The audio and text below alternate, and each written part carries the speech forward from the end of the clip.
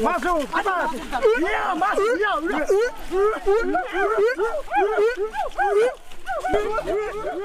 Kayu besi rawa sepanjang 17 meter ini disiapkan untuk membuat salib. Melihat panjangnya, timbul pertanyaan, siapakah yang akan disalib? Siapapun itu, pasti sesuatu yang lebih besar dari mereka. Tapi Frankie Woro, Casimilus Awe, dan warga suku Auyu di Papua Selatan ini tak akan melukai siapapun. Mereka memakai salib ini sebagai tanda perlawanan.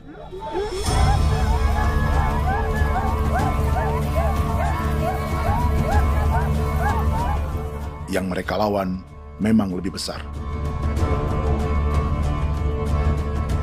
yaitu pemerintah Republik Indonesia. Pemerintah sedang mengincar 2,5 juta hektar hutan orang Papua untuk proyek tanaman industri pangan dan energi.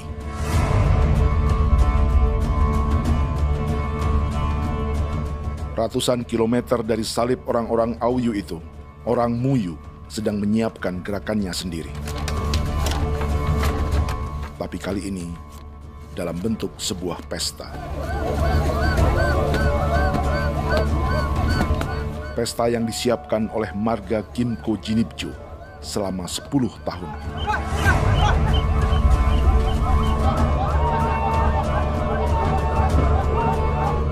Sosok di marga ini adalah Willem Kimco, orang asli Papua yang tak punya kartu identitas kewarganegaraan manapun.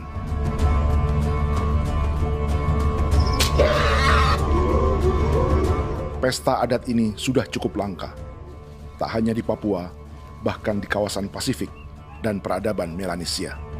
Awalnya bayarnya kalau bukan. Intinya hati kau tidak bipnuka, dan jitana ya kati kau beri barang dipo. Kau memang ambil kau kuning. Ada gagasan dan gerakan sosial di balik pesta orang-orang Muyu ini, sama dengan gerakan salib merah yang dimulai orang-orang Auyu. Salib ini akan menjadi yang terbesar dari 1.800 salib merah yang telah ditancapkan berbagai suku di Papua Selatan dalam 10 tahun terakhir.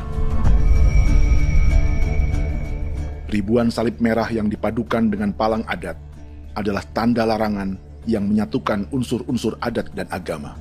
Kami percaya bahwa kalau memang kami sudah tidak mampu untuk menyelesaikan persoalan ini, dalam hal ini perusahaan tidak bisa masuk, berarti kami minta bantuan kepada nenek moyang dan Tuhan.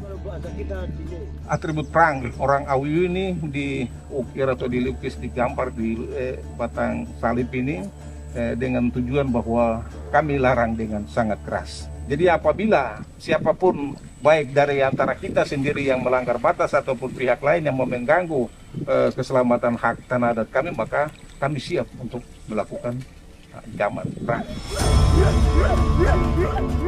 Salib-salib ini tidak ditancapkan di halaman-halaman gereja, melainkan di tanah dan hutan adat, di dusun-dusun sagu, dan di tempat-tempat yang disakralkan.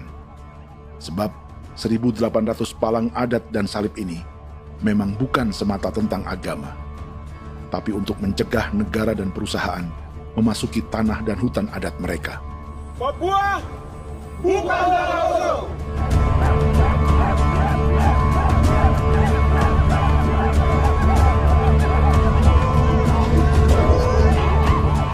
Di zaman TikTok ini, kami ingin menceritakan semua ini lewat film yang pendek.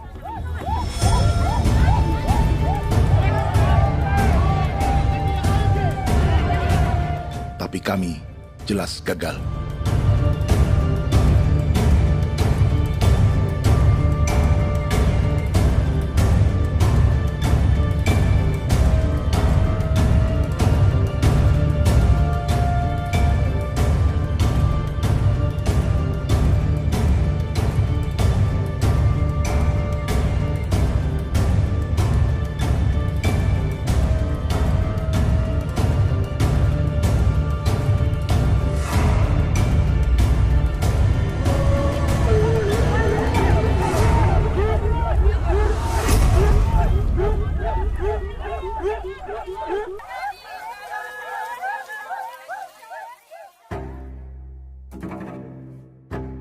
Di planet ini, ada 5 pemilik hutan hujan tropis terluas yang tersisa.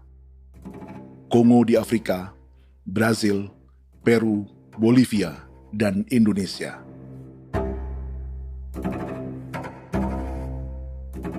Di Indonesia, satu-satunya pulau yang hutannya masih terjaga adalah Papua, pulau terbesar kedua di dunia setelah Greenland. Lewat sejarah kolonialisme yang panjang, pulau ini kini dikuasai 2 negara. Bagian barat oleh Indonesia yang juga dikenal sebagai West Papua, dan bagian timur menjadi Papua Nugini. Dan tepat di perbatasan ini, di bagian Indonesia, sedang terjadi proyek pemusnahan hutan terbesar di dunia.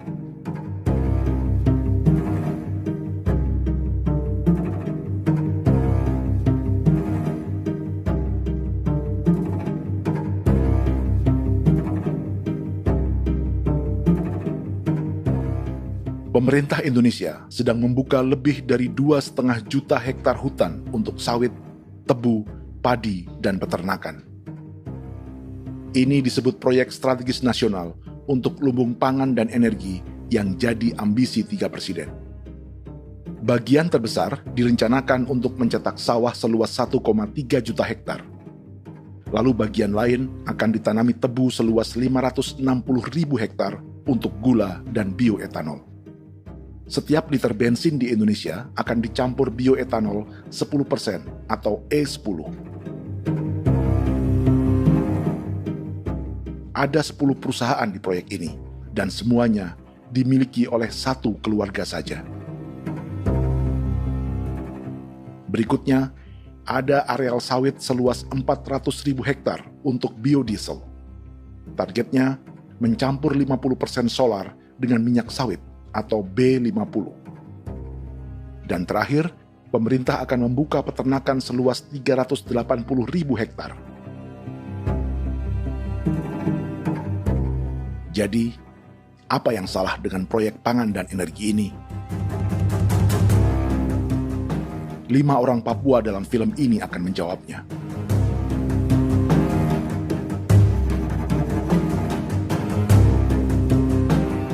Yang pertama adalah Yasinta Moiwen dari suku Marin.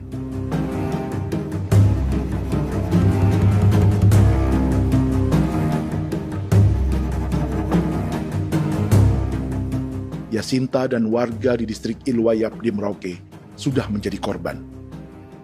Hutan dan rawa sebagai sumber pangan dan ekonominya telah dihancurkan.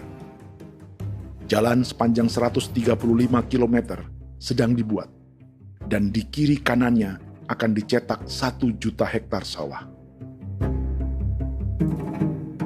Mereka sulit menolak atau melawan. Salib sudah digeser, masih datang lagi dengan senjata mereka nih. Karena proyek ini juga dijaga tentara. Macam-macam senjatanya.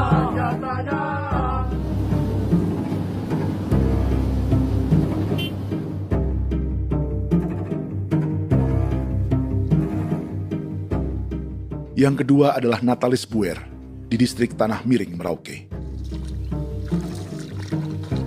Petani milenial ini merasa ditelantarkan. Sebab setelah hutannya diubah menjadi sawah, sebagian sawah-sawah ini tak tergarap.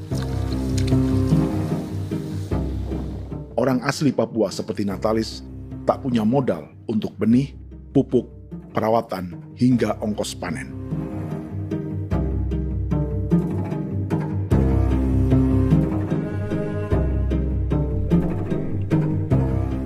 Orang ketiga adalah Vincent Kuipalo dari suku Yenan di distrik Jagebob, Merauke. Vincent dan suku Ye sedang menjadi korban. Hutan adat orang-orang Ye sedang dihancurkan untuk perkebunan tebu dan bioetanol. Tanah mereka juga diincar untuk markas-markas militer, pasukan yang akan menjaga proyek pangan dan energi ini.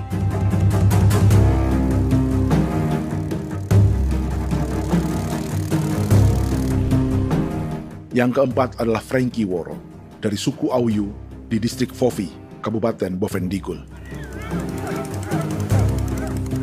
Hutan dan tanah mereka terancam perluasan perkebunan sawit untuk campuran biodiesel atau B50. Orang-orang dari suku Auyu ini adalah calon korban. Merekalah salah satu pelopor gerakan Palang Adat dan Salib Merah. Meski kadang berseberangan dengan gereja yang mereka anggap lebih mendukung pemerintah dan perusahaan. Mereka bahkan sedang merencanakan gerakan yang lebih besar, dengan salib yang lebih besar. Tanah milik Somu Sobisiba itu bahwa tanah ini diciptakan oleh Tuhan dan memberikan warisan kepada kami. Kami ini hanya hak jaga.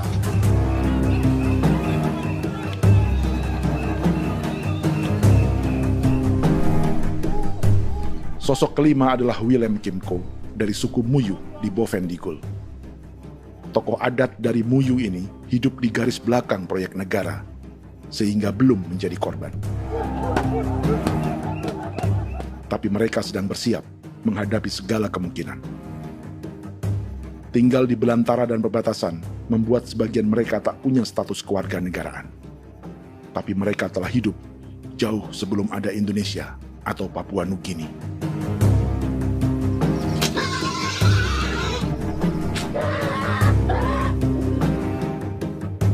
Kelimanya mewakili jutaan orang asli Papua yang sedang terancam eksistensinya.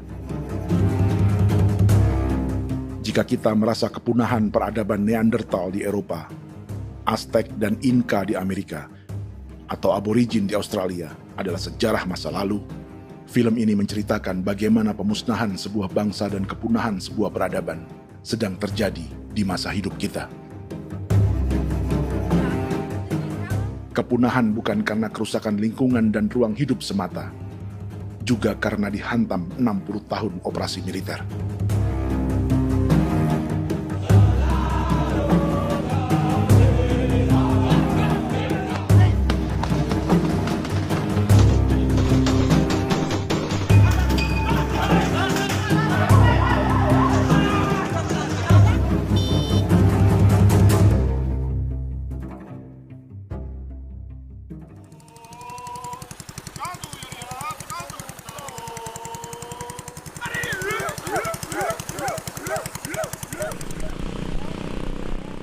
Frankie Woro dan orang-orang Auyu sedang berburu.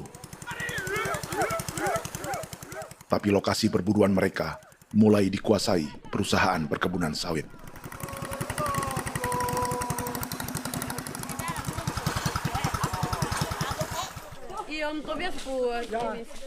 Kita akan menuju arah ke Inabusu. Di sana kami akan masuk di wilayah konsesi perusahaan PT Indo Asiana Lestari, dan di situ ya ada survei-survei mereka yang mereka pernah lakukan, tapi juga kami ada lakukan tanda-tanda saksi di sana.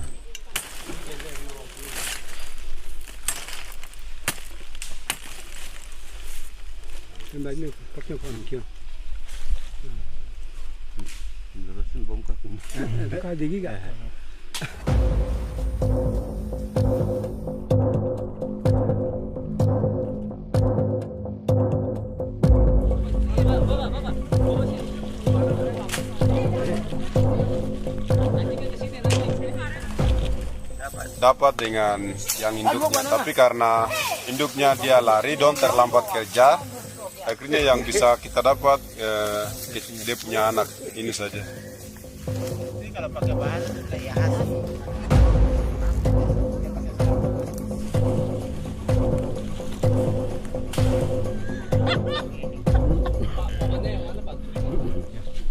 Pohon ini pohon bitanggur, dia punya kayu ini kita biasa gunakan untuk kerja perahu, dan juga kulit depu getanya itu kita pakai untuk kerja ini, panah-panah ini lem, jadikan lem ini, panah-panah. Hutan ini adalah supermarket bagi suku Auyu. Juga lumbung pangan atau bank untuk menyimpan deposito kekayaan alam.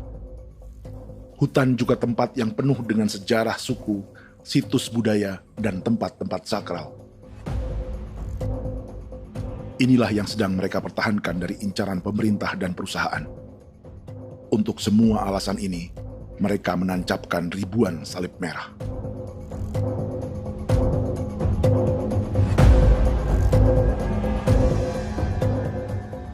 Tapi dari kampung, warga suku Auyu memberi kabar pada Frankie tentang intimidasi oleh aparat negara agar mereka melepas tanah ke perusahaan sawit dan berhenti memasang palang adat dan salib merah. Ada beberapa titik yang saya sudah siap, tetapi di sini emergensi dari saya, terutama di Kampung Sokangon, PT Damai Timber. Dia mengganggu saya dengan menggunakan kekerasan maupun pihak hukum. Dan kemarin saya ada pernyataan penolakan secara resmi, tapi masih tetap dengan menggunakan pihak hukum untuk masuk, untuk harus dituntut saya untuk harus diterima perusahaan itu. Kita di situ ada 15 marga, tetapi 15 marga juga tidak setuju. Marga-marga siapa yang terima dan marga-marga mana saja yang menolak. Nanti kita lihat dari pertimbangan itu, dan di situ dan kita undang mereka untuk bicara dengan kami. Sebagai sosok yang aktif dalam gerakan, warga Auyu terus memberi informasi lapangan kepada Frankie yang tak selalu berada di kampungnya. Izin pernyataan yang mereka paksa saya untuk tanda tangan itu, tapi sementara saya tidak tanda tangan. Data semua ada di tangan saya. Ya. Baik, kalau gitu itu lebih bagus karena tanda tangan itu yang berbahaya. Iya. Tanda tangan itu yang lebih berbahaya karena sekarang ini modern dan canggih, dan itu yang mereka biasa pakai untuk tipu muslihat. Mereka biasa pakai itu di tanda tangan itu. Betul. Dari Bambisa juga di Sofia dia masuk untuk memaksakan kami marga untuk harus menerima perusahaan itu. Tapi kemarin kami sudah menolak. Babinsa nama bosku. Babinsa di sini nama bosku. Itu yang sekarang strategi militer yang sekarang mereka pakai. Jadi yang penting masyarakat itu yang benar-benar mau menolak siap dukung ketua marga siapa yang nanti tampil. Ini adalah peta konsesi sawit untuk biodiesel dalam proyek strategis nasional. Dan di distrik Fofi inilah, orang-orang Auyu hidup dari sungai dan hutan. Tapi Frankie di Bovendigul masih lebih beruntung. Setidaknya dibandingkan Yasinta Moyen di Merauke yang sudah kehilangan hutan dan rawanya.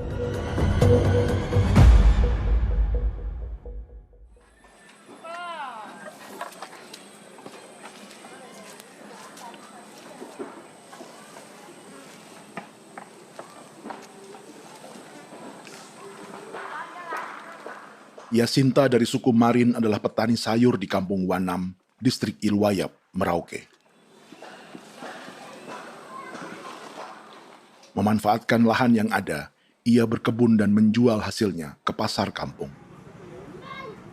Ini ekonomi warga di Wanam untuk menghasilkan uang, lalu memberi barang kebutuhan yang tak bisa mereka produksi sendiri.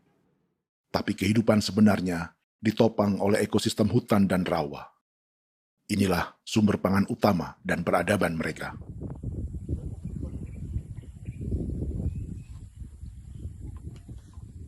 Namun ketenangan ini diusik ketika tiba-tiba pada Mei 2024, di Pelabuhan Wanam datang ratusan alat berat untuk proyek pangan dan energi pemerintah.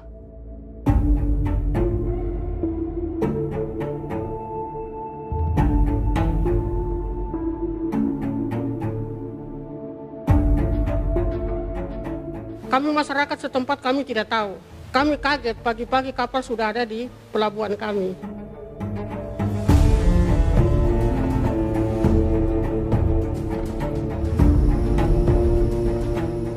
Yasinta Moywen atau Enrika Gebze dan warga lainnya tak pernah diajak bicara atau dimintai pendapat.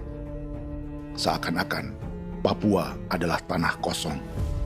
Kita suka kaget yang dong bawa turun alat berat dong bawa turun, kita kaget masyarakat. Dorang subongkar itu kayu-kayu.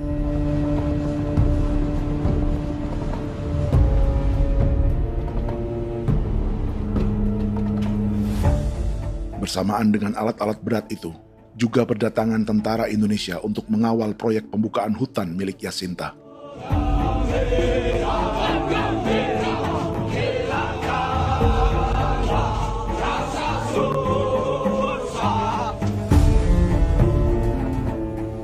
Ribu alat berat didatangkan dari Cina ke Papua oleh perusahaan bernama John Lin Group sebagai kontraktor pemerintah.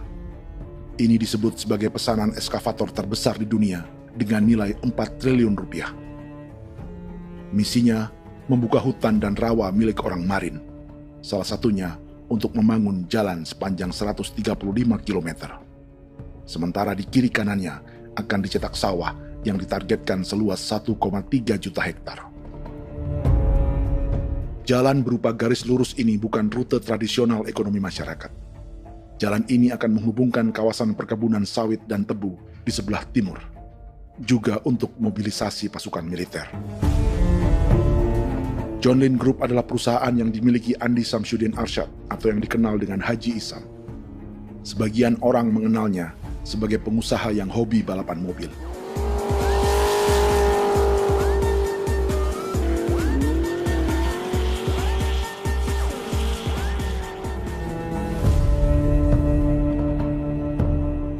Tapi di Kalimantan, ia berbisnis batu bara, perkebunan sawit, pengolahan karet, penerbangan, perkapalan, dan biodiesel.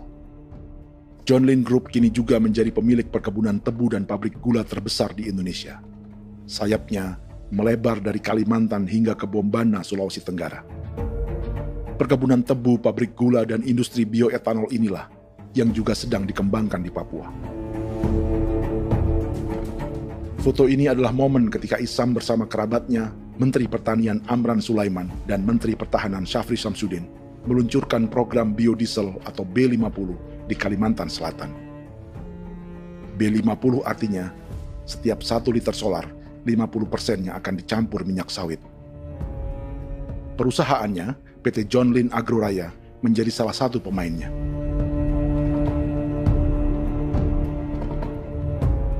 Sepanjang tahun 2025, saham PT John Lin Agroraya pernah naik hingga 700%.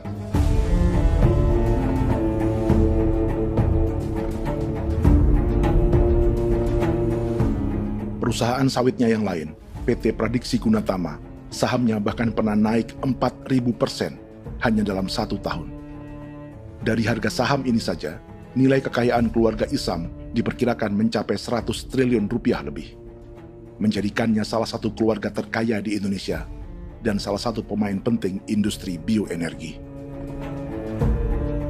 Dan di Papua Selatan inilah sebagian sawit-sawit untuk mendukung program B50 akan ditanam.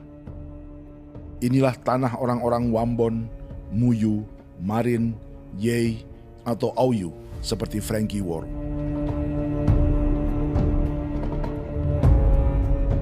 Haji Isam pernah menjadi tim kampanye nasional Presiden Joko Widodo dalam pemilu 2019 saat melawan Prabowo.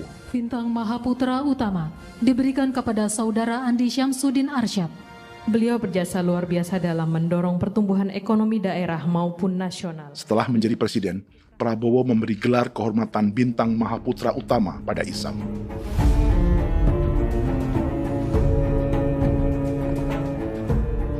Sejumlah menteri Prabowo, juga kerabat dan orang-orang yang pernah bekerja di perusahaan Isam.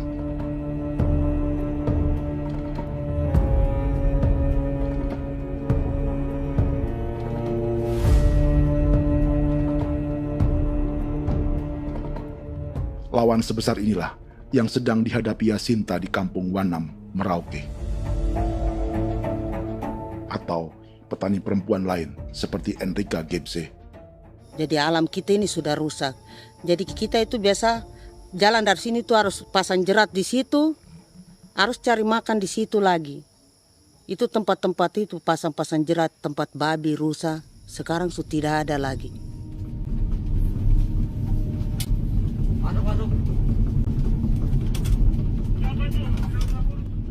Rekaman ini memberi gambaran bagaimana Kasuari kehilangan rumah di bekas hutan dan rawa yang telah dibabat.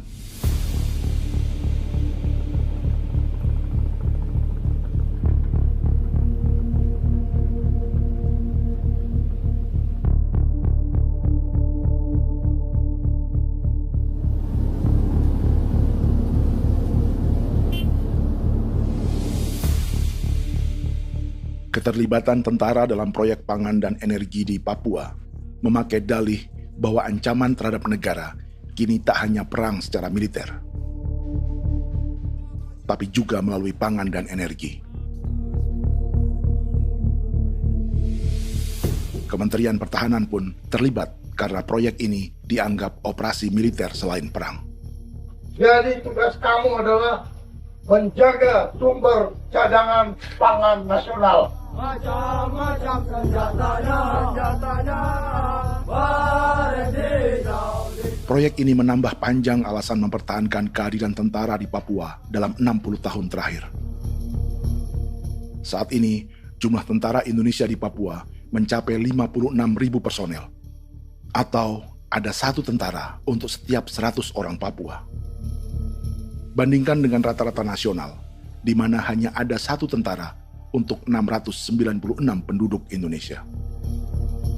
Itu belum termasuk polisi. Artinya, 1 orang Papua dijaga lebih banyak senjata dari rata-rata penduduk Indonesia. Tanah dan hutan diambil secara sepihak untuk kepentingan pembangunan batalion dan bandar antariksa. Ini bentuk perampasan masyarakat. Penolakan kehadiran markas-markas militer terjadi di sejumlah tempat di Papua. Tak hanya karena trauma dan ketakutan, juga karena mengambil tanah-tanah adat.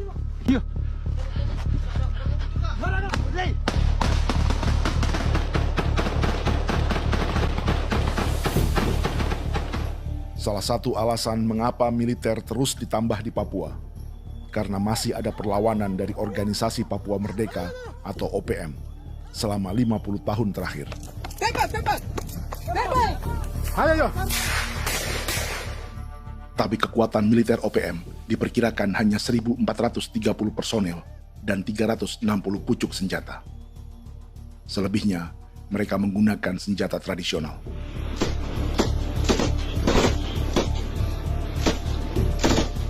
Dengan demikian, kekuatan tentara dan polisi di Papua 58 kali lebih besar dari gerilyawan Organisasi Papua Merdeka.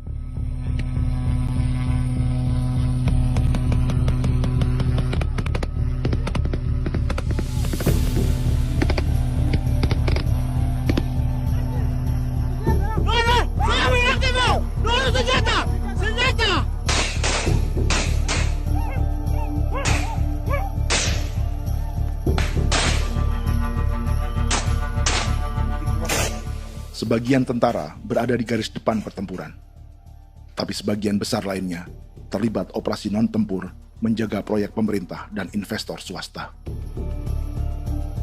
Seperti Batalion Infanteri Teritorial Pembangunan di distrik Jagebob, Merauke ini.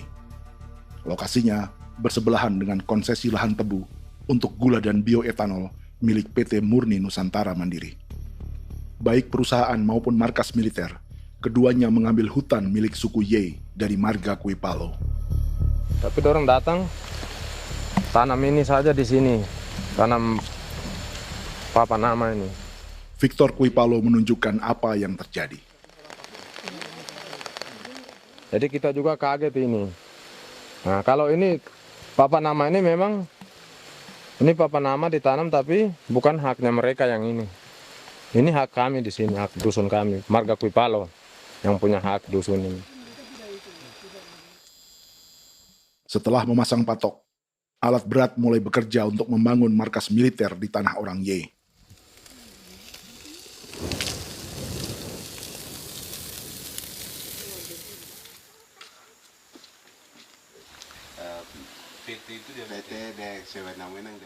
Kehadiran markas militer mengkhawatirkan warga yang pernah mengalami trauma.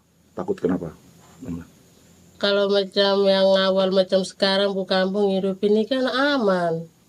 Terus kenapa harus didirikan korem di sini? Bukankah dengan adanya Korem semakin aman ada tentara di sini? Kalau untuk kampung kayaknya tidak bisa aman kalau ada tentara, paling masyarakat dipukul itu ini. Kalau kampung hidup begini malah saya sejahtera dan saya punya masyarakat. Apa pernah ada pengalaman buruk sebelumnya dengan tentara di daerah sini? Ada yang cerita waktu pos-pos di sini tuh di 13, 12 itu zaman katanya Patimura. Memang kasihan. Malah kita punya orang ini yang dianiaya betul, dipukul. Disuruh kerja bakti tidak mau atau lama mencari, namanya kita pangkur sagu itu butuh waktu 1 minggu. Kalau lama begitu ya paling diseret apa pukul itu. Operasi militer Indonesia di Papua dimulai tahun 1962 lewat Operasi Trikora. Tapi perlawanan bersenjata pertama di Papua baru dilakukan tahun 1965 di Manokwari. Nanti tanggal 1 Mei jam 12.30 pemerintahan di Irian Barat mutlak akan jatuh di tangan.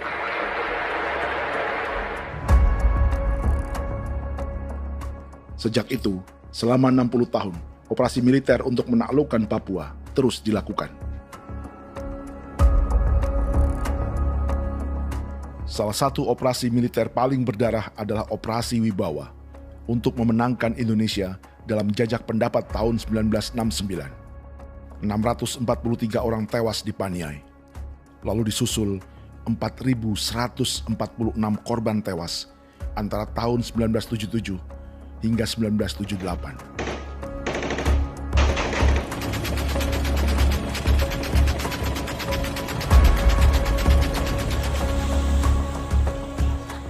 Operasi militer ini menimbulkan gelombang pengungsian hingga kini.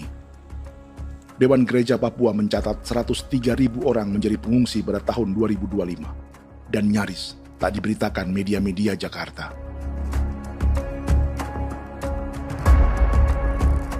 Jumlah pengungsi terbesar tercatat di Nduga yang mencapai 20.000 jiwa.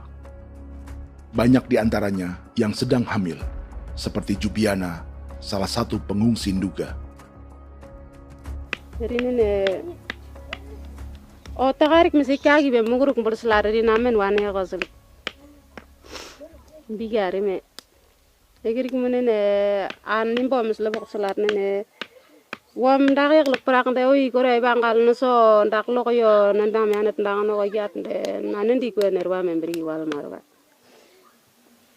Egirik menene wa tri bel no semana. O ngal siya kaya berkumpit nyak masalah orena me wo suluk ri namen wani ko semane kuman nak wani ndemo ko ndak misri namen bre ko lo ko nak no semane ne be minute waru ra kana bi ni dige war be mino pragit de laina bulan Maret April yana mana kantan barak na lire na bam ne. Jubiana lalu menamai anaknya pengungsi Kogoya. Selain Jubiana, juga ada Emma dari Maibrat yang melahirkan di hutan. Sampai di kampung gini, katanya bilang ada tentara yang bangun jembatan. Nah, capek itu juga pun masih tahan. Kembali lagi ke hutan lagi. Seperti itu sampai sejatuh di tengah jalan. Orang sampai banting di kayu semuanya. Berasa sakit begitu. Melengkapnya tuh Domika Serli, pengungsi Wako. Masyarakat sipil dari kampung Aitrem sementara mengungsi karena kampungnya sementara dikuasai oleh TNI Polri. Seratusan ribu pengungsi di Papua saat ini jauh melampaui jumlah yang mengungsi ke Papua Nugini tahun 1984, yaitu 10.000 orang karena menghindari operasi militer.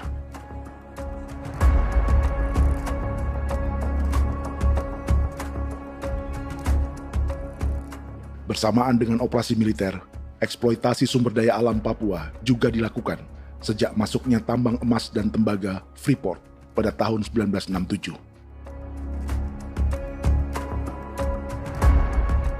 Disusul perkebunan sawit awal tahun 1980-an.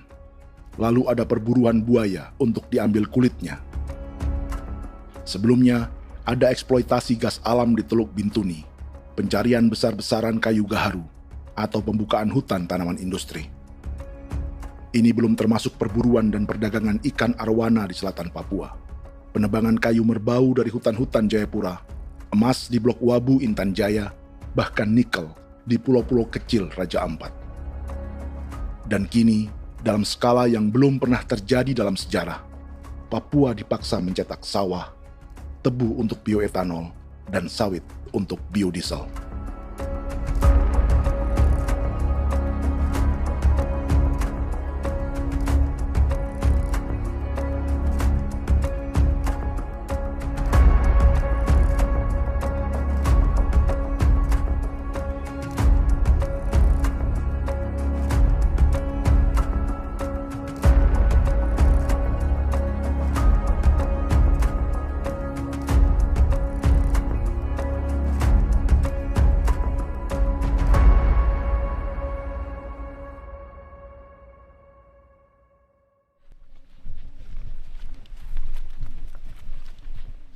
Inilah yang sedang menimpa keluarga Vincent dan Victor Kuipalo di Merauke.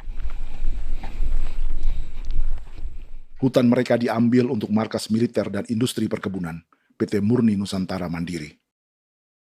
1 dari 10 perusahaan yang diberi konsesi untuk menanam tebu dan memproduksi gula serta bioetanol seluas 52.000 hektar.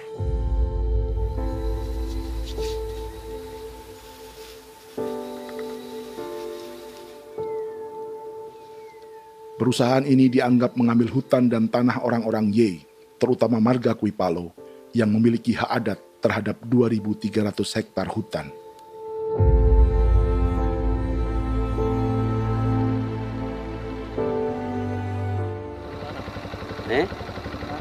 Tentara? Tentara. Oh iya, tentara.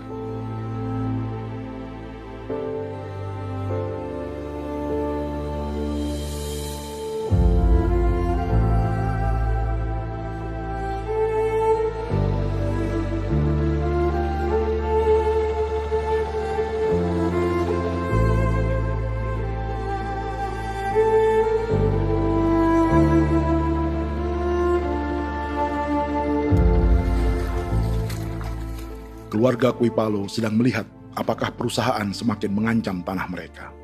Dan kekhawatiran itu terbukti. Iya, makanya tadi saya bilang ini dari sini saja dekat, ini sudah masuk di dalam ujung lapang ini. Ini hutan, yang ini hutan yang orang ada bongkar sekarang ini. Ini sudah punya alat tuh dekat ini. Dekat sekali ini. Ini di sini. Nacau, kelapa itu yang jalan lama, jalan setapak ini. Dari udara, terlihat alat-alat berat semakin mendekati tanah orang-orang Ye, marga Kuipalo.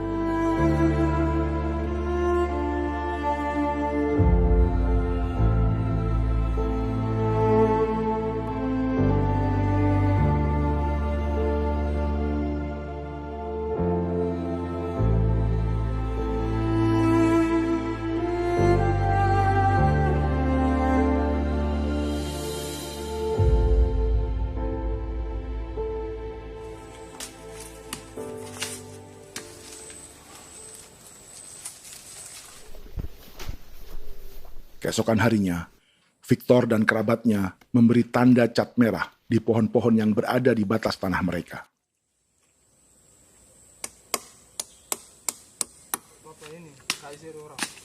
Tapi tanda peringatan adat ini tak diindahkan perusahaan.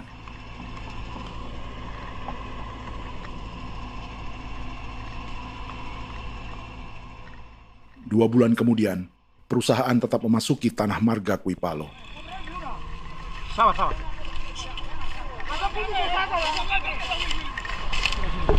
manusia, kau lihat. Tapi tidak sudah sakit hati sekali saya kata adik. Ini sama baik ini kalau tidak berubah lagi adik. Kami juga punya tangan, hanya beda rambut. Mister itu juga. Wah, buka. Tidak.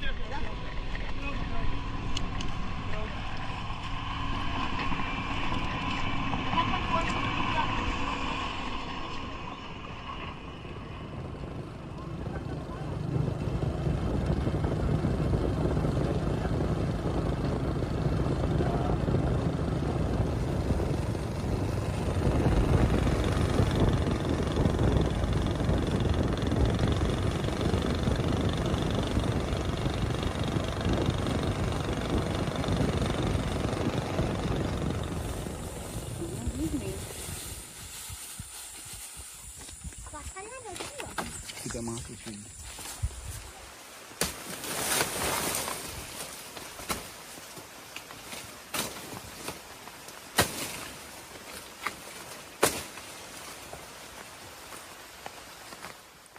Jadi ya untuk itu seperti saya katakan tadi, apakah lebih baik kita tidak usah ada kan atau bagaimana, kita pisahkan, pisahkan dari negara ini kan, jangankan tuh. Saya kemarin bicara sama Daniel, datang sama saya dengan persoalan Kodam ini. Saya bilang Pak Daniel, kalau lebih baik saya ngungsi ke Papua Nugini. Dia bilang, aduh Bapak jangan begitu. Ya memang, kalau tidak bisa menghargai kami, lebih baik pilihan yang itu yang saya memilih. Lebih baik saya pindah dari sini. Saya mengungsi ke Papua Nugini, di negara tetangga. Masih di laut. Apa?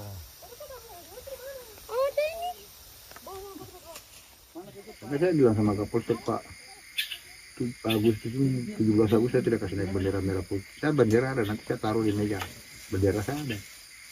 Karena saya punya pikiran percuma kita ini merasa bahwa kita hidup di bawah naungan merah putih. Ternyata merah putih tidak lindungi kami. Tidak anggap kami sebagai kami rakyatnya. Dia lambang negara. Dan kami menghargai lambang negara itu. Ternyata lambang negara ini, kita bernaung di bawah lambang negara ini, kita tidak dilindungi. Hak kita tidak dihargai.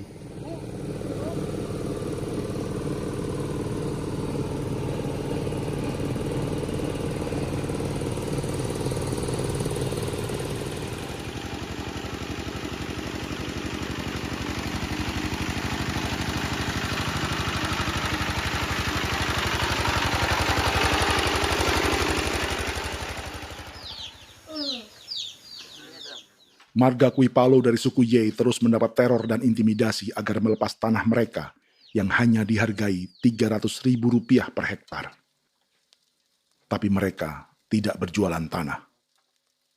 Makanya mama itu tidak suka untuk lepas tanah. Untuk apa? Baru di dalam hutan itu ada obat-obat tradisi. Itu sudah Kalau macam ada sayur juga, kita ambil sayur yang dia tumbuh sendiri. Jadi kita ini mau kemana, kalau itu sudah digusur, ya habis. Kita ini jadi penonton. Jangan sampai kita ini duduk minta di jalan. Jadi kita tidak mau seperti itu. Makanya tanah itu kita tidak melepas.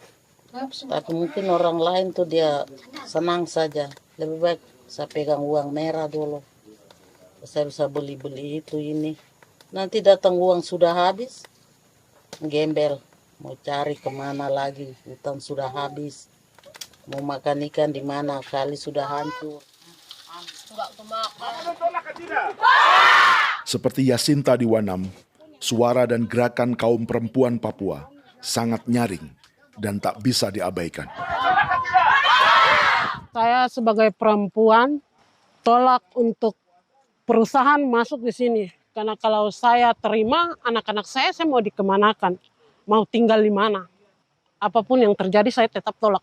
Demi tanah ini saya akan berjuang, demi saya punya anak-anak.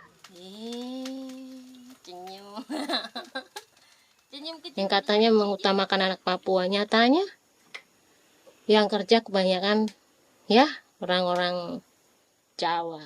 Dan sendiri orang Jawa, tapi bukan mau bicara yang tidak-tidak. Memang kenyataannya seperti orang-orang Papua itu diterbelakangkan, kurang diutamakan, gitu.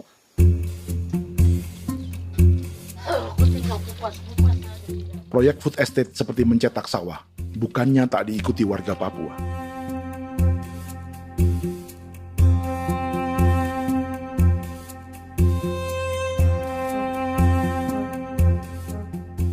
Salah satunya Natalis Buer di distrik Tanah Miring, Merauke.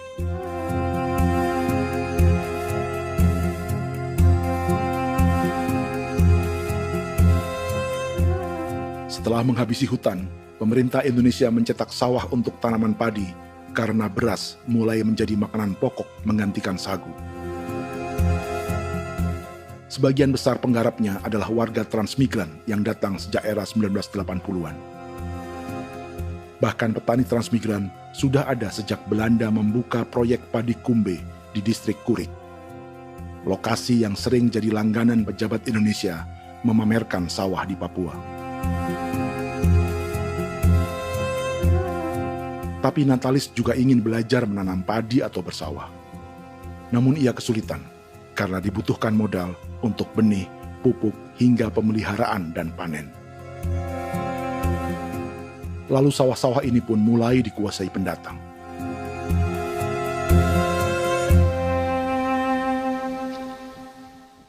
Tapi sejauh ini di kampung kami ini yang saya lihat memang ada kelompok kami punya di sini yang sudah tergabung dalam Gapoktan, kemudian masuk dalam optimalisasi lahan. Tapi baru saya anak asli yang punya lahan di sini. Mereka tidak punya. Pemerintah dalam hal ini adalah Kementerian Pertanian bersama-sama Kementerian Pertahanan yang dalam hal ini pada garis di bawahnya adalah TNI Angkatan Darat, memberikan support yang maksimal kepada masyarakat khususnya di Merauke dalam rangka. Saya kemarin habis 9 juta. 9 juta ya? Iya, 9 juta karena dia sudah tidak dipakai toh. Ya. Perempuan Papua seperti Filomina juga mau bertani. Pemerintah memberi bantuan Rp900.000 per hektar lewat program optimalisasi lahan atau OPLAH. Tapi dibanding biaya produksi dan harga jual gabah, Filomina mengaku berkali-kali rugi dan kini memutuskan tak lagi menggarap sawahnya. Terus kita harus cari uang untuk kombe. Betul. Karung kita beli. Karung beri sendiri lagi. Tenda kita beli. Ini dari yang offline ini don tidak siapkan. Tidak ada. Tidak ada ya, jadi mama don sendiri. Itu yang saya udah bilang, 900.000. Itu modal untuk kerja sawah ini. Mulai dari kerja sampai nanti panen. Panen. Wih, ngeri sekali. Iya, lucu toh? Tidak dapat itu. Betul, Mam. Kalau disuruh tanam ubi berhektar-hektar, mari datang. Kita tahu cara rawatnya bagaimana, iya. Tanamnya bagaimana, tanam model bagaimana supaya hasilnya model begitu. Kita tahu. Kalau yang ini kan kita baru belajar. Sebagian hutan milik warga Senayu di Merauke sudah dibuka untuk sawah dan kebun tebu oleh PT Global Papua Abadi. Proyek pertanian ini dikerjakan oleh Kodim Merauke. Mereka melepas sebagian tanah karena ingin belajar bertani. Saya punya nenek moyang tidak ajar saya tanam padi. Tapi saya mau berubah. Generasi saya yang berikut ini besok lusa tidak bisa makan pisang, sagu. Namun program optimalisasi lahan yang dijanjikan dengan berbagai bantuan tak dirasakan Filomina. Obat rumput beli, obat padi beli, jonder kita bayar, bahkan bibit masih kurang, cari bibit lagi beli. Jadi saya memang kalau program pemerintah saya sama sekali saya tidak suka. Baku tipu saya.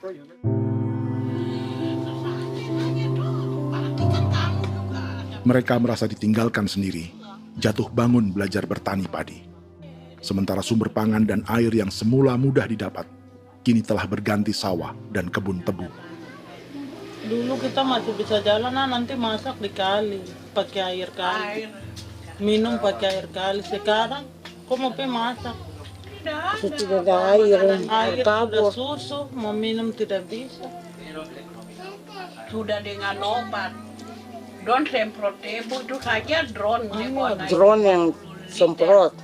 Saya lihat di itu. Jadi kita bukan drone yang terbang di atas untuk disemprot. Iya, itu semprot obat. Dong lempar pupuk di bawah ya dia mengalir ke kali. Mengalir ke kali, ke rawa-rawa.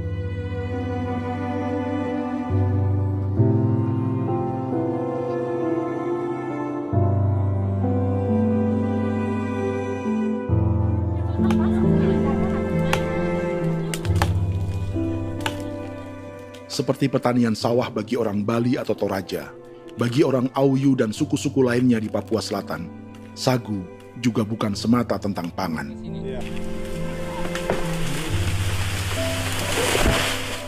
Bagi orang Auyu dan Marin, sagu adalah kerabat, sosok orang tua, sosok nenek moyang yang harus dijaga dan dilindungi. Lagi bikin apa mama ini mama? Pakai toko itu sagu.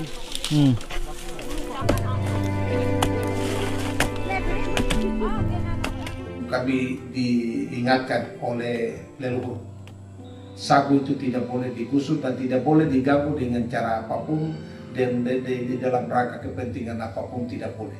Kamu harus bela, bahkan sampai nyawa pun harus menjadi taruhan demi membela keselamatan pemberangan sagu di atas tanah ini.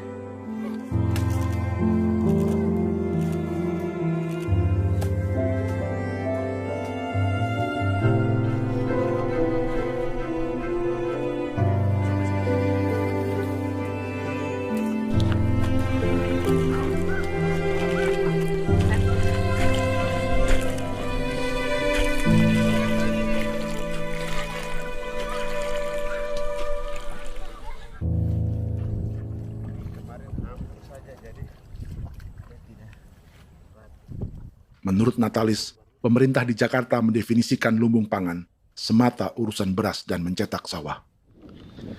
Sebenarnya orang Papua itu bukan tidak bisa bertani.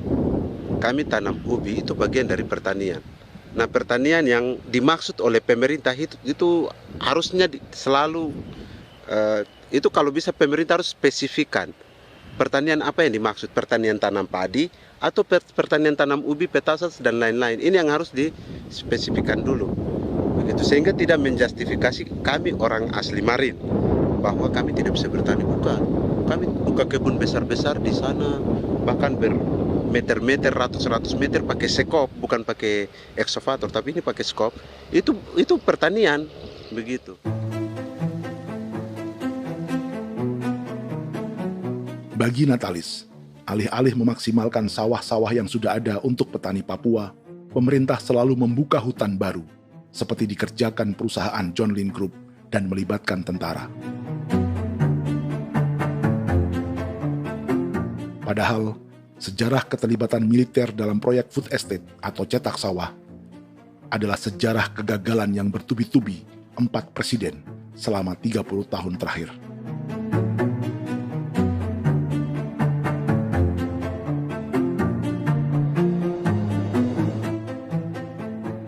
Papua bukan yang pertama menjadi proyek lumbung pangan yang melibatkan tentara. Kalimantan telah menjadi korban 30 tahun sebelumnya.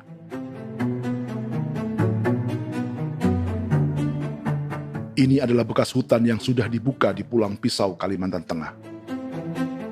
Tahun 1996, di era Presiden Jenderal Soeharto, ia menghabisi 1 juta hutan di lahan gambut untuk mencetak sawah demi memenuhi ambisi swasembada beras, bukan swasembada pangan. Hutan tropis Kalimantan dihabisi dalam skala yang belum pernah terjadi dalam sejarah. Di bawah rezim militeristik, tak ada yang berani melawan keinginan Soeharto, termasuk orang Dayak seperti Kuneng. Nggak bisa dihalangi itu. Nggak boleh dihalangi.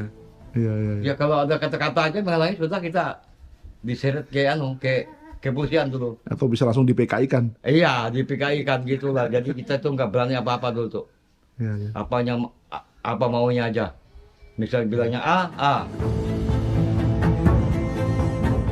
Setahun setelah pengundulan hutan skala besar itu, tahun 1997, untuk pertama kalinya Kalimantan mengalami kebakaran lahan dan kabut asap terbesar dalam sejarah.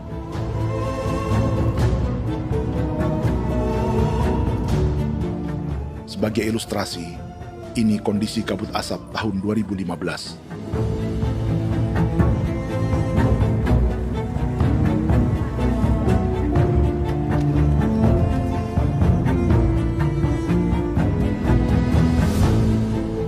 Proyek 1 juta hektar sawah Jenderal Soeharto itu gagal.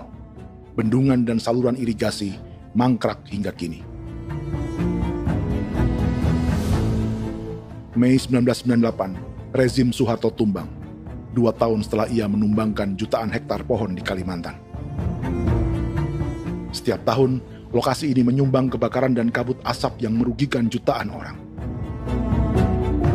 Sawah yang berhasil di Kalimantan justru bukan sawah yang dibangun Jenderal Soeharto, melainkan yang dirintis para transmigran sejak era 1980-an. Sawah-sawah inilah yang ikut digarap oleh militer di era Presiden Joko Widodo. Dan hasil dari proyek food estate Presiden Jokowi itu sama sekali jong nih, nggak ada harapan lagi sudah seperti ini. Tapi Jokowi terus memperluas area food estate hingga 16.000 hektar. Presiden Jokowi juga menyerahkan urusan lumbung pangan ini kepada Prabowo yang saat itu menjadi Menteri Pertahanan. Salah satunya di Kabupaten Gunung Mas, Kalimantan Tengah, untuk membuka perkebunan singkong seluas 31.000 hektar. Food estate singkong Jenderal Prabowo ini dimulai dengan membuka 600 hektar hutan di Tawai Baru. Proyek singkong untuk bioetanol ini pun dijaga tentara. Dan seperti Jenderal Soeharto, proyek Jenderal Prabowo ini pun gagal.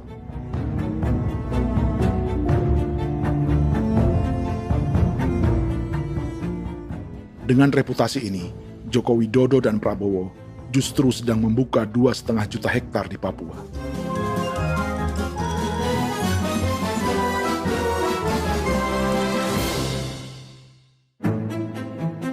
Setelah Jenderal Soeharto, Presiden Jenderal Susilo Bambang Yudhoyono juga mencoba membuka food estate di Papua sejak tahun 2010. Namanya Merauke Integrated Food and Energy Estate atau MIFE. Proyek ini juga gagal. Lalu di lokasi yang sama, Jokowi berusaha meneruskan dengan proyek mencetak sawah 1,2 juta hektar yang juga gagal. Sekarang yang paling siap adalah 1,2 hektar.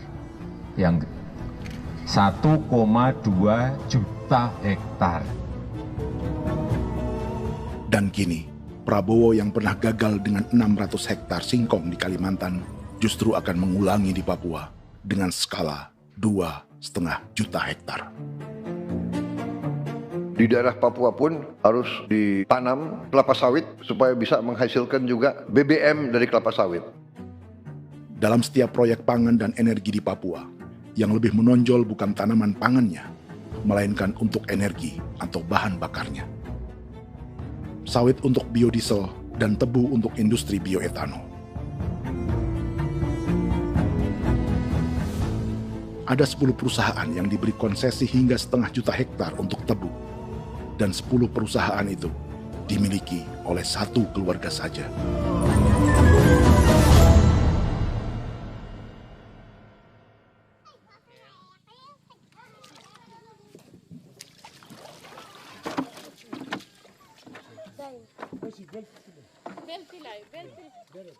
Para perempuan Auyu di Bovendigul akan berangkat memancing.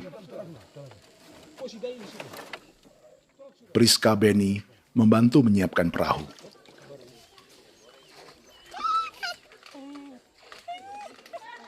Mereka akan mengumpulkan bahan pangan di hutan untuk persiapan acara penancapan salib merah berikutnya.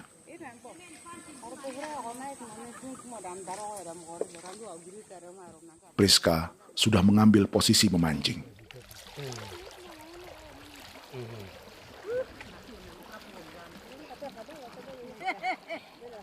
1.800 salib merah telah dipasang di wilayah adat berbagai suku di Papua Selatan untuk menghalau perusahaan sawit dan tebu.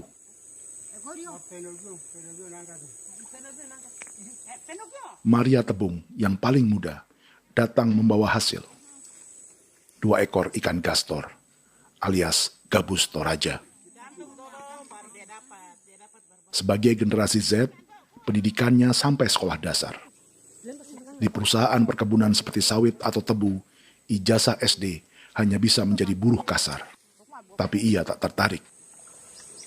Karena kita hidup itu dari alam, kita pancing, juga di darat, bawa anjing, terus bikin pagar sagu, dapat babi, bawa baru kita makan. Jadi kita tidak mau perusahaan masuk. Kita tidak akan terima. Sementara Priska Beni masih mencari peruntungan. Tapi baginya, menjadi nelayan di Sungai Fofi masih lebih baik daripada bekerja 9 tahun di perkebunan sawit. Sudah pengalaman, jadi kita tidak mau lagi. Seberapa lama ketika kerja itu? Selama di sana. 9 tahun di sana. 9 tahun? Saya baru pulang dari perusahaan. Selama 9 tahun kerja di sawit, bisa punya rumah kah? Atau tidak. Motor kah? Tidak. Johnson kah? Tidak. Cuma makan saja. Pendapatan juga kan tidak lebih. Habis dimakan.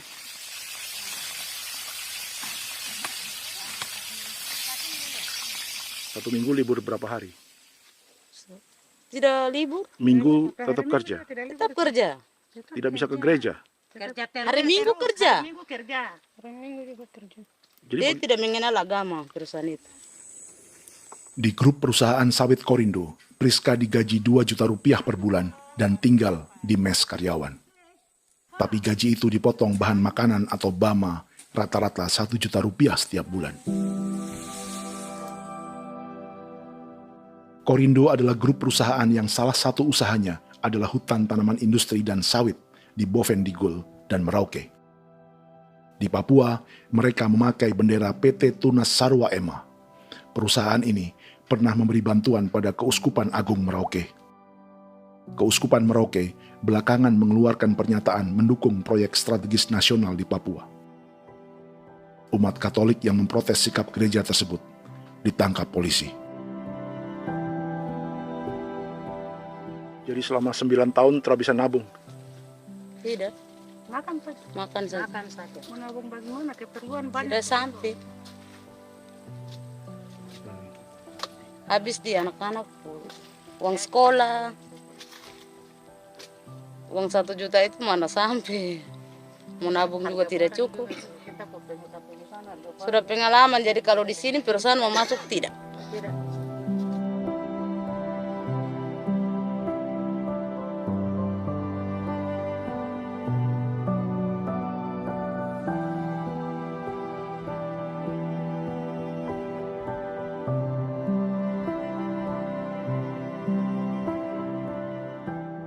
Dan menu makan siang seperti ini agaknya sulit bagi buruh sawit atau tebu yang digaji 2 juta rupiah per bulan. Generasi Z seperti Maria Tebung atau generasi milenial seperti Priska Beni punya matematika ekonominya sendiri. Sawit untuk biodiesel atau tebu untuk bioetanol tak akan ada bedanya bagi mereka.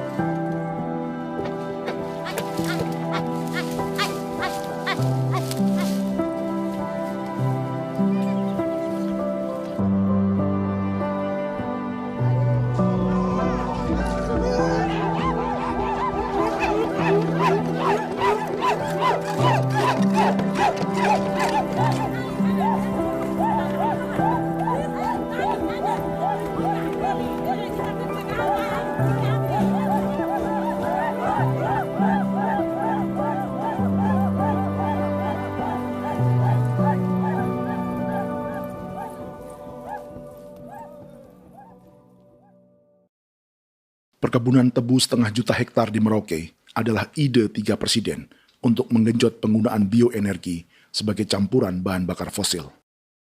Selain swasembada pangan, swasembada energi di daerah Papua pun harus ditanam kelapa sawit supaya bisa menghasilkan juga BBM dari kelapa sawit. Juga tebu menghasilkan etanol. Singkong, kasava juga untuk menghasilkan etanol. Bioetanol adalah bahan bakar nabati atau tumbuhan yang dapat dicampur dengan bensin. Sama dengan program biodiesel yang mencampur solar dengan minyak sawit. Pertamina saat ini sudah menjual BBM bioetanol dengan campuran 5% yang dipasarkan dengan merek Pertamax Green 95. Tapi pemerintah ingin menaikkan kadarnya menjadi 10% atau E10. Maka ke depan kita akan mendorong untuk ada E10. Kemarin malam sudah kami rapat dengan Bapak Presiden. Bapak Presiden sudah menyetujui untuk direncanakan mandatori 10% etanol. Idenya untuk mengurangi ketergantungan pada bahan bakar fosil yang diimpor dan menimbulkan polusi.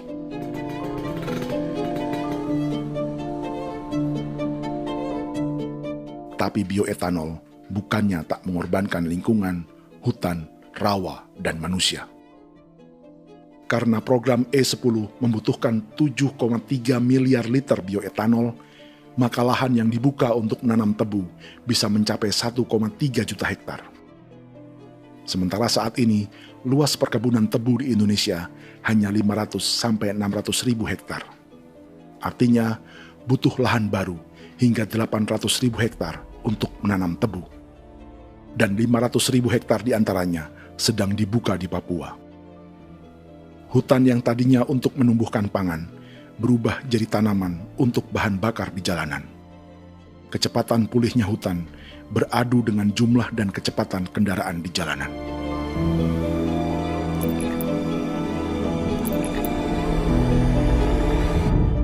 Dahaga terhadap energi tak pernah bisa dipuaskan.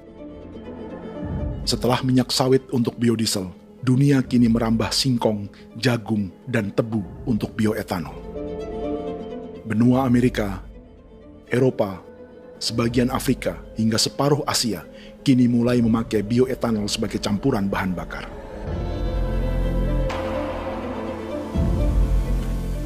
Selain perebutan lahan, masa depan dunia juga dibayangi semakin mahalnya harga pangan karena persaingan antara perut manusia dengan tangki kendaraan.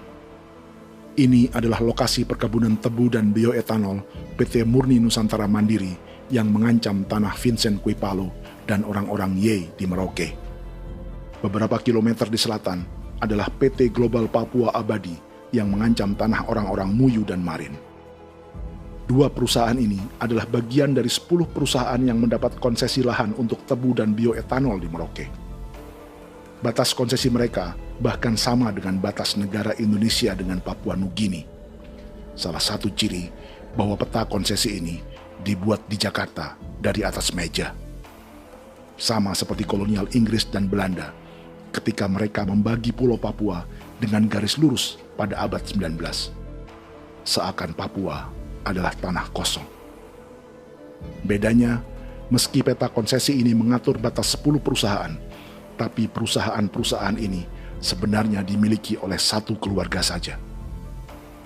Ini nama 9 dari 10 perusahaan tebu dan bioetanol di Merauke, Papua. 99% saham mereka dimiliki sebuah perusahaan bernama PT Merauke Nusantara Manis. Sementara 1% sisanya dimiliki PT Merauke Gula Mandiri. Tapi saham kedua perusahaan ini dimiliki PT Merauke Sugar Group. Dan perusahaan ini, 90% sahamnya dimiliki pengusaha bernama Angelia Bonaventure Sudirman, serta perusahaan bernama Zico Trust dan Resource Harvest. Lalu 10% lainnya dikuasai PT Papua Energi Abadi, yang pemiliknya adalah Dudi Christian dan Angel Madeline. Sekarang, mari kita lihat siapa mereka. Angelia Sudirman adalah keponakan dari salah satu konglomerat sawit Indonesia, Martias Fangiono. 9 perusahaan di Papua ini berada di bawah bendera Merauke Sugar Group. Dan Merauke Sugar Group hanya satu dari 7 grup perusahaan milik keluarga Fangiono.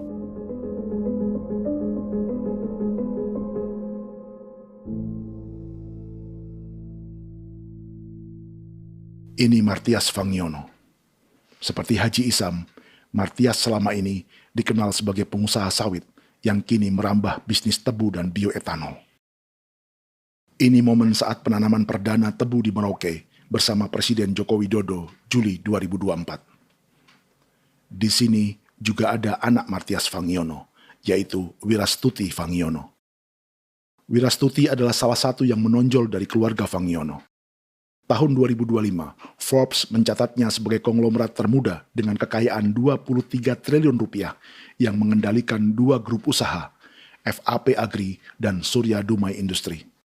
Keduanya adalah perusahaan sawit dan biodiesel. Anak dan bapak ini adalah investor utama bagi Jokowi dan Prabowo untuk proyek tebu dan bioetanol di Papua. Sementara yang ini adalah Martua Sitorus, pemilik raksasa agribisnis dunia, Wilmar International, yang juga memegang konsesi sawit di Papua lewat berbagai perusahaan. Tapi Martua kini memakai bendera baru, yaitu KPN Corporation atau Karunia Prima Nastari. KPN inilah yang memiliki kelindan bisnis dengan keluarga Fangiono untuk proyek tebu Merauke. Apalagi grup Wilmar yang didirikannya juga pemain gula utama di Australia. Tahun 2010, Wilmar membeli 100% saham perusahaan gula terbesar Australia, Sucrogin. Akuisisi senilai 1,5 miliar dolar Amerika ini langsung menjadikan Wilmar pemain tebu terbesar kelima dunia. Sebagian bibit tebu yang ditanam di Merauke adalah varietas yang dikembangkan Lembaga Riset Gula Australia atau Sugar Research Australia. Sugar Research Australia lalu menjalin kontrak pengembangan bibit dengan PT Global Papua Abadi milik Fangiono.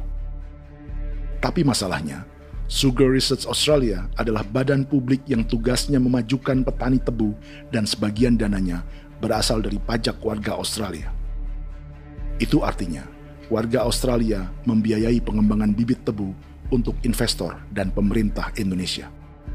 Dokumen ini menunjukkan bahwa lembaga yang dibiayai warga Australia itu pernah memiliki kontrak penyediaan bibit dengan PT Global Papua Abadi milik keluarga Fangiono. Kontrak itu baru berakhir pada November 2024. Artinya, saat Presiden Jokowi dan keluarga Fangiono menanam bibit tebu pada Juli 2024 ini, kontrak itu masih berlaku. Nama lain dalam keluarga ini adalah Siliandra Fangiono, yang pada tahun 2024 dijuluki Raja Sawit Termuda dengan kekayaan 39 triliun rupiah dalam catatan Forbes. Ia mengendalikan grup First Resources. Secara umum, keluarga Fangiono memiliki 20 perusahaan di Sumatera, 32 perusahaan di Kalimantan, 1 di Jakarta, 2 di Singapura, dan 25 perusahaan di Papua. Di Papua, perusahaannya tersebar dari Sorong, Mapi, hingga Merauke. Para politikus dan pejabat Indonesia terus membesarkan konglomerasi, meski Martias Fangiono pernah divonis 1,5 tahun penjara karena kasus pembalakan liar dan kebun sawit ilegal tahun 2007.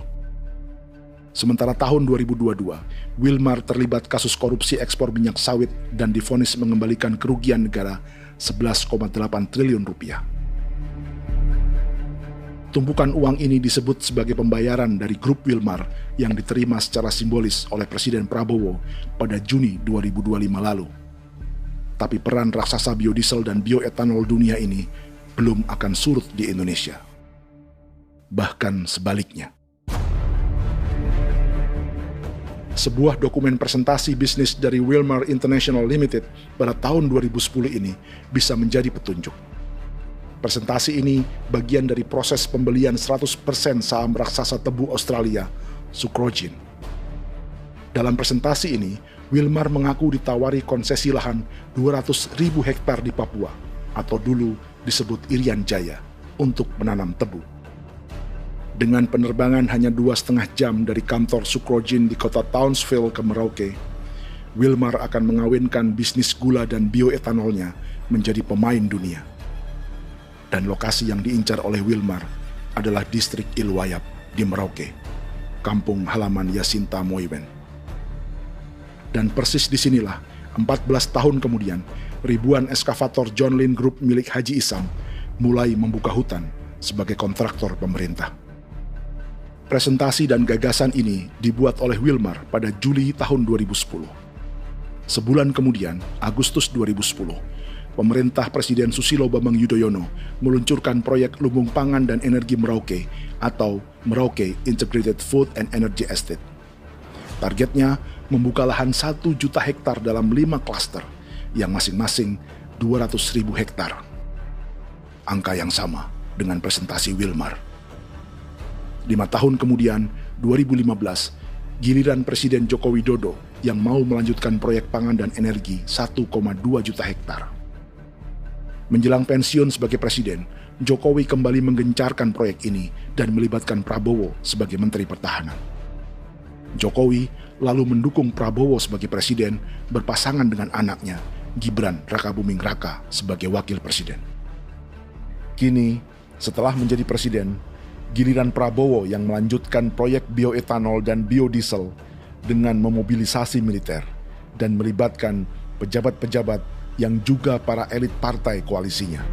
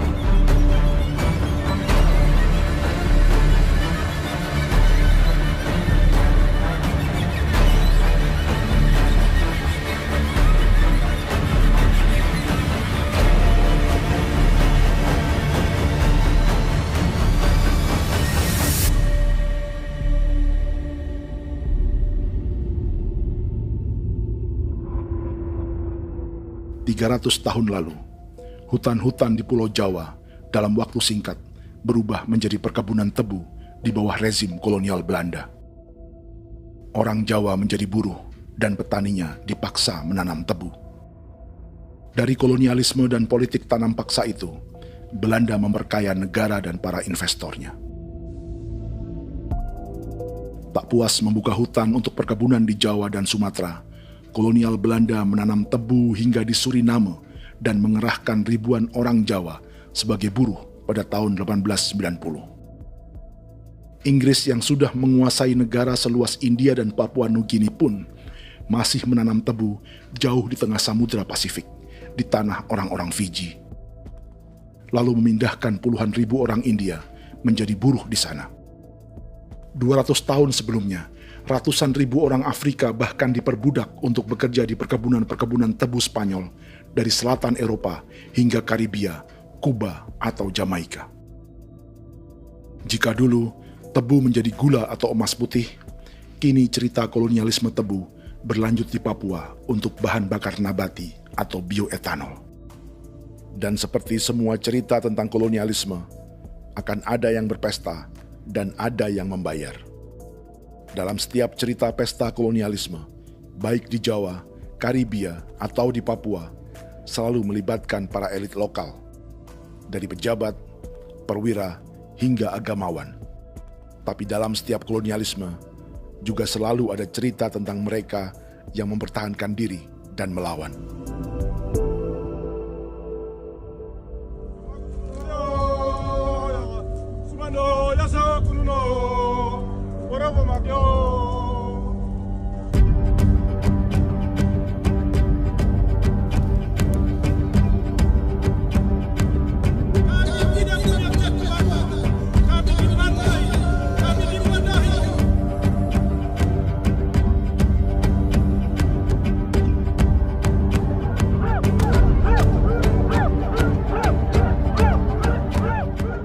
Sejarah Gereja Katolik banyak pemimpin-pemimpin yang adalah tanda petik itu adalah Judas-Judas juga. Jadi itu sudah pasti karena itu adalah manusia. Nah, satu sisi sebagai manusia dalam perjalanan digoda, apalagi ada dalam posisi-posisi jabatan ya mungkin banyak tawaran-tawaran lain, lalu disitulah terjadi pergeseran keberpihakannya kepada misi gereja tadi itu untuk umat, untuk mereka yang tertindas. Orang kirim eksavator, orang kirim tentara, orang kirim polisi. Pukul kami bukan pencuri, kami tidak pernah mencuri orang barang. Kami tidak pernah menangis ke orang lain. Kami tidak pernah menangis ke kita bapak mama, kami menangis kepadamu. Tuhan kami lemah. Mesti datang ada dia kata begini hijau cikui ya. Orang datang ke bangsa kami, ke wilayah kami untuk kasih habis kami.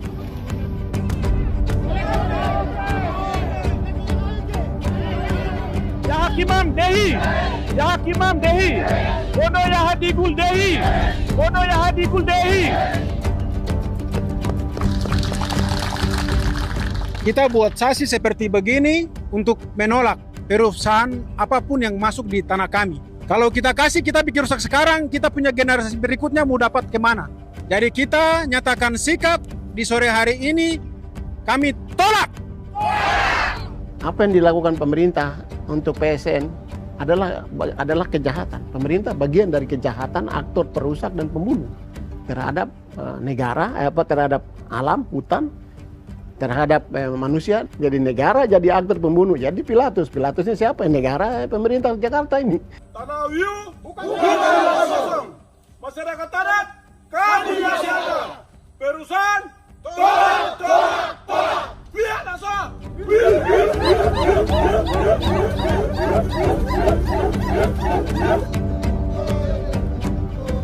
Jika tanah adat dan hutan adat hilang, kami mau hidup di mana?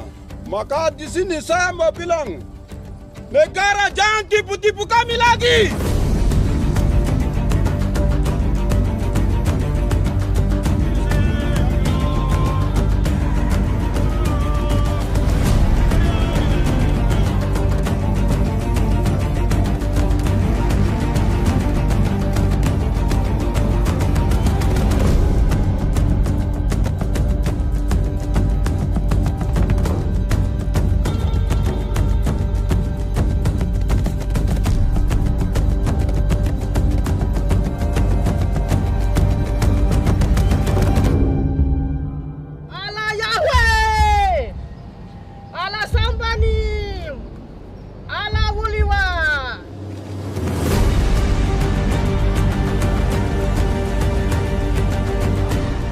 Kalau kami dianggap orang Papua itu bagian daripada Republik ini, tolong hargai kami. Dengan adanya PSN, PT John Lindrup yang sudah menerobos tanah kami dan hutan kami, merusak alam kami. Itu yang kami datang ke Jakarta jauh-jauh dari Papua. Kami mau bersuara kepada Bapak Presiden Prabowo Subianto, di mana keadilan untuk masyarakat Papua. Tolong lihat masyarakat Papua yang sudah mati. Kami bersepakat menyatakan, 1. Gereja-gereja di Indonesia mendukung masyarakat adat yang menolak proyek strategis nasional di tanah Papua. 2. Gereja-gereja di Indonesia menolak militerisme dan otoritarianisme di Indonesia.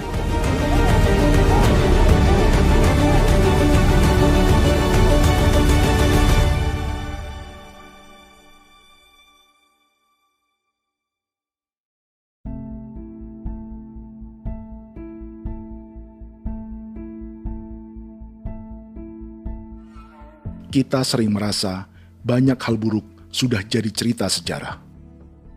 Dan kita sekarang hidup lebih baik, lebih beradab, atau mustahil melakukan kejahatan seperti di masa lalu. Kita tidak lagi menghukum mati orang dengan memenggal kepalanya. Kita menembaknya atau menyuntik racun agar tertidur dan mati. Tapi ada hal-hal yang tak berubah. Salah satu pembantaian yang kuat di ingatan kita adalah kejahatan Nazi atau genosida di Rwanda. Padahal pembantaian juga sedang terjadi di masa kita, seperti di Gaza, Palestina. Penghancuran sebuah peradaban seperti Indian di Amerika atau aborigin di Australia juga kita anggap masa lalu. Sekarang kita merasa lebih baik dan lebih toleran. Padahal proses penghancuran bahkan pemusnahan yang sama sedang terjadi terhadap bangsa Melanesia di Papua. Begitu juga dengan praktik kolonialisme. Kita merasa penjajahan seperti dilakukan Portugis, Inggris, atau Belanda sudah menjadi sejarah. Dan Indonesia tidak mungkin menjajah. Padahal itulah yang sedang terjadi dan dirasakan di Papua.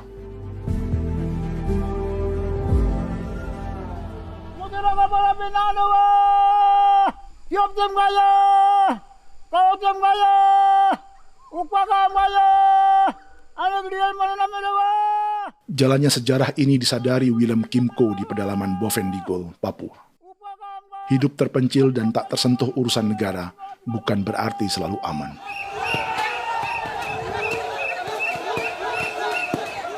Untuk sampai di tempat ini, orang-orang Muyu menempuh 2 hari berjalan kaki mengarungi hutan, lembah, dan sungai. Termasuk mereka yang datang dari perbatasan Papua Nugini. Mereka berkumpul untuk memenuhi undangan pesta adat yang disebut Awon Atatbon atau pesta babi. Yang mengundang adalah marga Kimco Jinipjo. Yang dituakan di marga ini adalah Willem Kimco.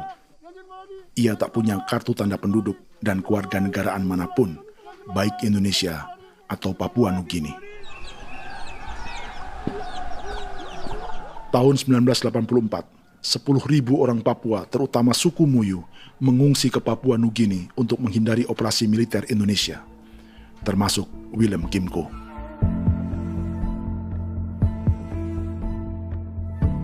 Apa yang membuat pesta adat ini istimewa? Apa bedanya dengan acara serupa yang dihadiri pejabat, tokoh agama, LSM, atau yang direkam oleh kru televisi dan konten kreator? 13, 14, 15, 18. Pertama, untuk membuat pesta babi, orang Muyu perlu persiapan selama 10 tahun. Sebab, babi-babi yang akan jadi bagian dari pesta ini tak boleh dibeli, alias harus dipelihara sendiri. Babi-babi ini bukan bantuan pejabat pemerintah, gereja, atau LSM.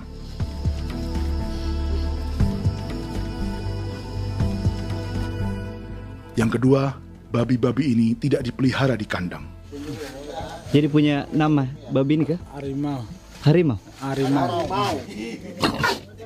Dia kulit dengan ini bulu di harimau, macam harimau begitu kan, kasih nama harimau. Setelah diberi nama, mereka dilepas liarkan di hutan sejak kecil.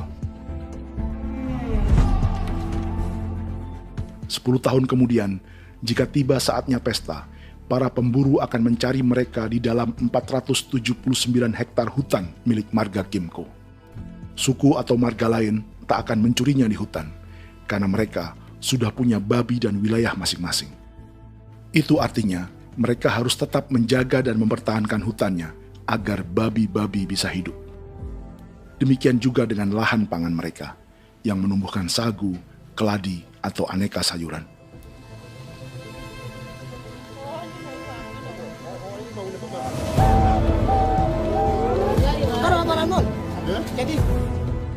Yang ketiga, dalam Awon Atatbon atau pesta babi, binatang ini tidak dimakan secara gratis. Setiap marga atau klan dalam suku Muyu akan membayar jerih payah tuan rumah menjaga hutan dan memelihara babi.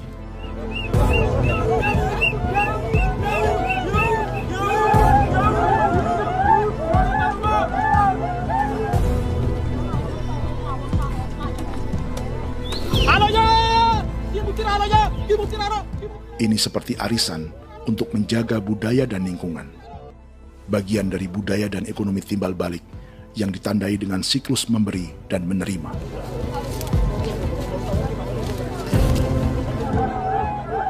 Ini juga cara orang Muyu membangun dan memperluas aliansi. Awon bet begul bet, ulan yau kando bet, asat bet anani, asat bet jenek liga anani, oh, ado amten anani, menini tene jaga, kepo kemo ko di mana, kepo kemo mayat nih, kep tetek no mayangol, kep kanin bet wene ke iftore wen, ne wen ne tene ke kadek me, oke, kepo nanti kuto kemo, kepo ke pasar kuto nani. Kene man gini wane wanjo. Koko kati bolon jal bengo. Koko kuning bolon jal.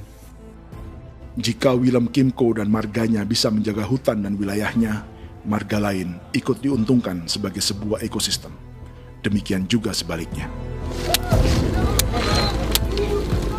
Alasan keempat, mengapa pesta babi ini memiliki tempat khusus dalam peradaban orang Muyu, karena Willem Kim Ko khawatir peradaban mereka akan punah, menyusul ancaman terhadap ekosistem dan hutan.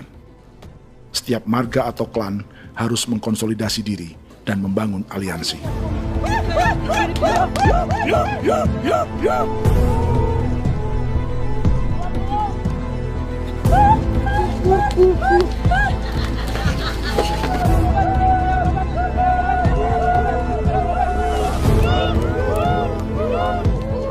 Kekhawatiran Willem dan orang-orang Muyu tak berlebihan. Ruang hidup mereka bersinggungan dengan proyek bioetanol dan biodiesel pemerintah Indonesia. Mereka juga tahu apa yang telah dan sedang menimpa suku lain seperti Auyu di Bovendigul atau Yainan dan Marin Anim di Merauke.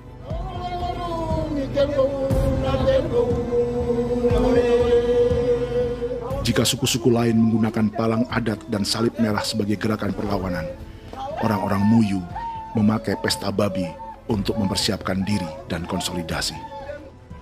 Sebab, berbeda dengan saat mengungsi tahun 1984, kali ini yang datang ke tanah orang-orang Muyu tak hanya tentara, juga alat-alat berat bersama para pebisnis pangan dan energi.